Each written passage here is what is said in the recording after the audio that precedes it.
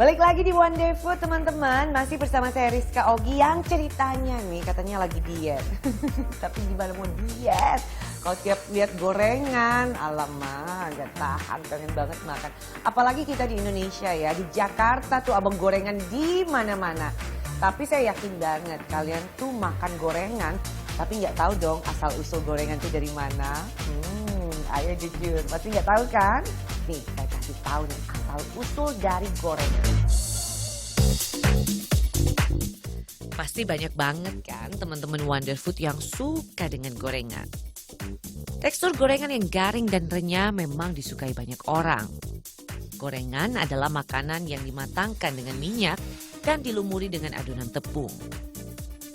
Sebenarnya proses menggoreng makanan berasal dari Mesir kuno sejak 2500 sebelum Masehi, tapi tidak pakai adonan tepung sebagai lapisan luarnya.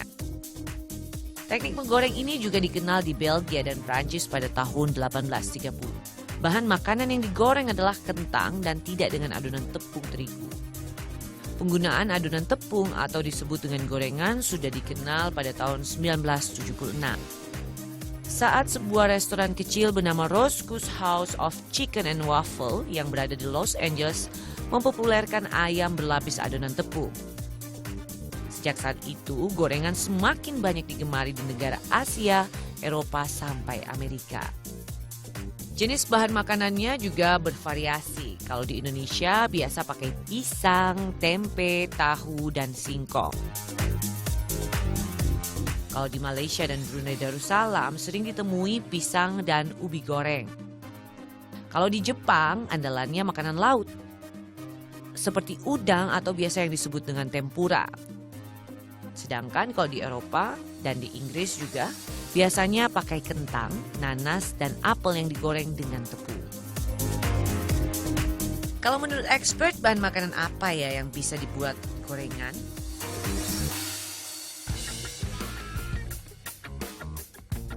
Goreng tepung itu banyak banget nih, dari mulai daging-dagingan, sayur-sayuran, buah-buahan, umbi-umbian itu bisa banget dibikin gorengan. Selama teksturnya nggak terlalu lembek itu bisa. Karena kan kalau terlalu lembek misalnya kayak pisang goreng nih, kita bikin pisang goreng tapi kita pilih pisangnya bukan pisang yang untuk digoreng. Itu pasti dia akan lembek, nggak akan bagus nanti tekstur gorengannya.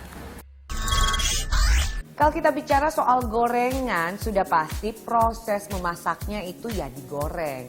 Mau itu pisang goreng, mau itu ubi goreng, ya udah pasti digoreng. Tapi ternyata pada saat kita menggoreng itu kan udah pasti menggunakan minyak dong ya. Nah minyak, kadar minyak yang digunakan itu ada namanya. Kalau yang banyak bisa namanya deep fry, kalau yang hanya sebatas pan itu bisa pan frying. Nah ngomong-ngomong soal menggoreng nih, ada Chef Ganteng akan memberikan tips bagaimana menggoreng yang tepat supaya nggak menghasilkan minyak yang berlebih. Kira-kira gimana ya tipsnya? Tips menggoreng sih yang jelas menggorengnya dulu nih. Menggoreng itu kan ada banyak teknik masak menggoreng. Dari mulai saute itu dia mirip numis, dia pakai api cukup besar, minyaknya sedikit. Biasanya itu bahan-bahan yang udah dicincang, itu disaute, itu biasanya untuk menghasilkan wangi. Kemudian ada lagi pan fried.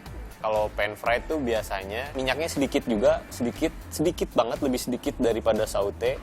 Apinya ya kalau misalnya saya sih biasanya pan fried kayak steak kayak gitu, api lumayan nyari api yang cukup panas.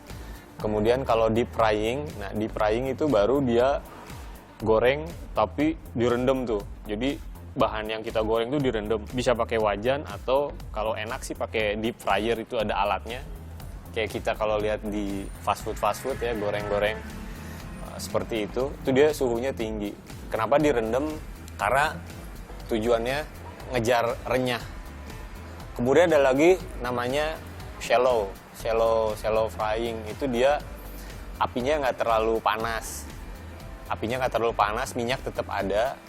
Biasanya cuman itu kayak kita mau goreng yang bahan-bahan yang dipanir. Kayak cordon bleu misalnya, terus kayak perkedel Kalau di kita kan ibu-ibu suka bikin tuh perkedel yang dari kentang apa. Nah itu apinya kan nggak boleh terlalu panas. Karena kan sebetulnya bahan yang kita masak pun udah mateng kan.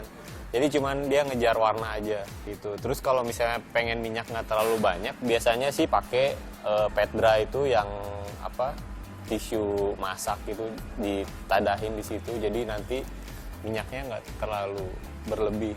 Terus penggunaan api juga tadi dari masing-masing teknik kan beda-beda ya. Kayak shallow frying itu apinya kecil, mungkin hanya sepertiga atau maksimum setengahnya. Karena takutnya kalau apinya terlalu gede nanti yang di luarnya warnanya udah berubah, di dalamnya belum matang. Saya yakin banget pada saat kita membahas soal gorengan, banyak yang ketawa-ketawa nih. Karena banyak sekali orang yang ngomong kalau makan gorengan tuh nggak boleh banyak-banyak. Katanya minyaknya berlebih lah, takutnya minyaknya udah minyak lama, dan lain sebagainya. Cuma namanya orang ya, manusia itu segala sesuatu maunya dipaksain. Oke lah. Let's say kita boleh makan gorengan, cuman ada batasannya. Batasannya tuh berapa? Ini dia yang penting, coba kita tanya ahlinya ya.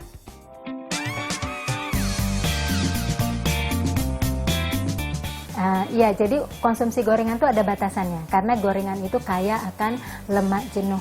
Dan kebutuhan tubuh akan lemak jenuh itu yang paling bisa ditoleransi tubuh tidak boleh lebih dari 10% dari energi totalnya kita. Nah, kalau disetarakan itu sama dengan 5-6 potong makanan yang diolah dengan cara digoreng dalam satu hari. Jadi hanya boleh mengonsumsi maksimal 6 potong saja yang diolah dengan cara digoreng. Nah, lebih dari itu akan mengganggu kesehatan pembuluh darah seseorang. Baiklah teman-teman, sudah keluar semua ya menu Wonder Food hari ini. Semoga informasi yang saya bagikan bermanfaat buat kalian semua. Jangan lupa loh nonton terus Wonder Food setiap hari Senin sampai dengan Jumat jam 2 siang hanya di NET. Sampai jumpa.